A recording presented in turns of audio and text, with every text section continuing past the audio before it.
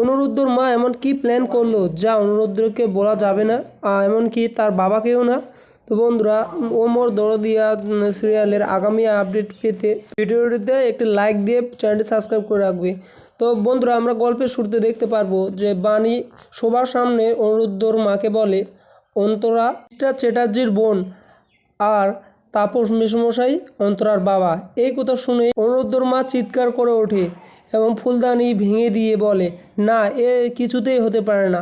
এরপর অনুরুদ্ধ বলে, বাণী ঠিকই বলেছে মা। তখন অনুরুদ্ধর মা অনুরুদ্ধকে বলে, তুই চুপ কর।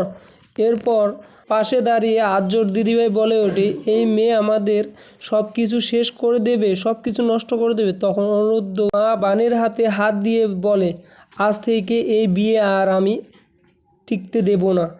মাঝখানে অনুরুদ্ধ বলে, বাণী হাতটা ছাড়ো মা, এটা তুমি ঠিক করছো না।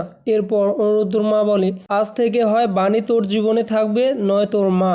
এরপর অনুরুদ্ধ তার মায়ের কথা শুনে চমকে যায়।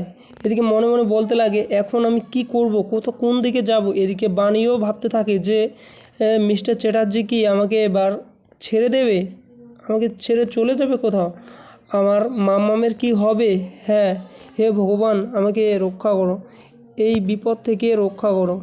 অনুরুদ্ধ এবার কি করবে, কাকে নিয়ে সে বাঁচবে, তার মাকে না তার স্ত্রীকে?